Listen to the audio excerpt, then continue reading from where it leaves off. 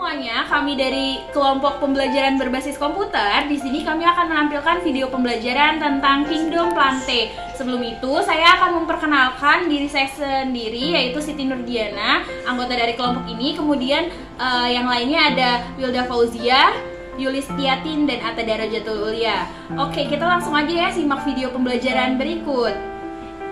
Plante atau yang lebih dikenal dengan tumbuhan merupakan organisme eukariotik yang multiseluler.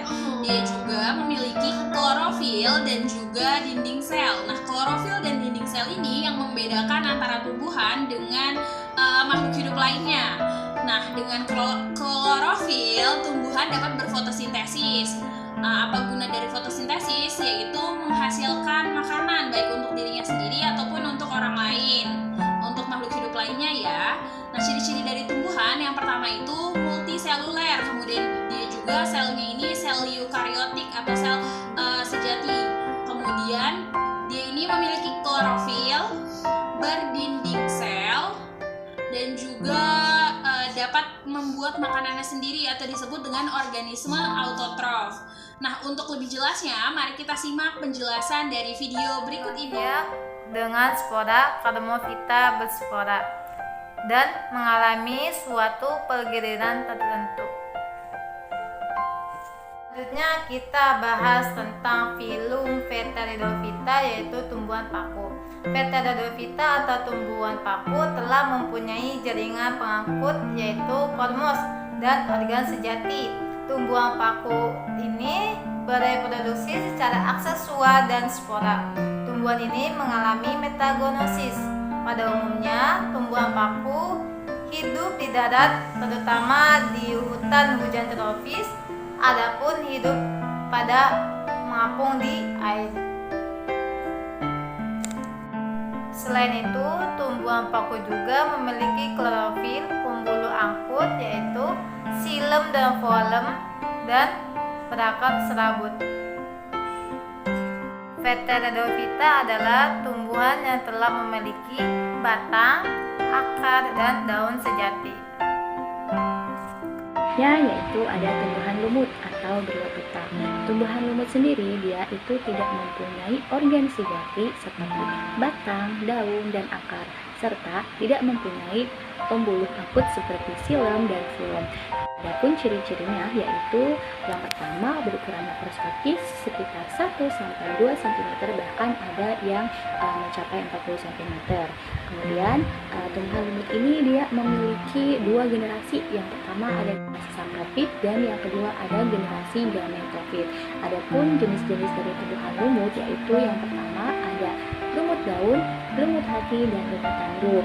Nah, lumut daun ini bentuknya menyerupai tanaman kecil memiliki batang daun sejati dan akar. Contohnya seperti Polytrichum. Yaitu ada lumut hati, bentuknya seperti hati manusia. Contohnya yaitu Morkanthia polymorpha. Nah, yang ketiga yaitu ada lumut tanduk, di mana lumut tanduk ini gametofitnya yaitu serupa lumut hati. Nah, contohnya yaitu seperti Anthopteros laevis. Oke, kali ini kita akan membahas tentang filum Spermatophyta. Kalian tahu mengenai Spermatophyta itu apa? Nah, Spermatophyta itu artinya istilahnya dari sperma dan biton. Sperma itu berarti biji dan biton artinya itu tumbuhan. Artinya Spermatophyta itu adalah tumbuhan berbiji. Nah, tumbuhan berbiji itu terbagi menjadi dua. Yang pertama ada Angiospermae dan Gymnospermae.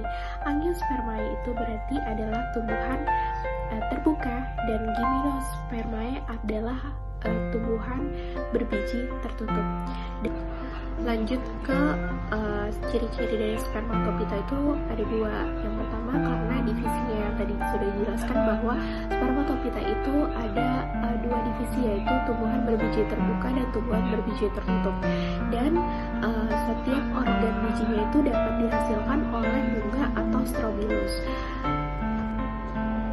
Contoh dari Spermatophyta itu banyak, ada padi, jagung, pohon-pohon mangga, kemudian gandum dan lain-lain. Itu tuh sebagainya fungsinya atau manfaatnya biasanya itu sebagai bahan makanan. lanjut ke apa itu dari angiospermae, yaitu tumbuhan berbiji dan putik dalam bunga.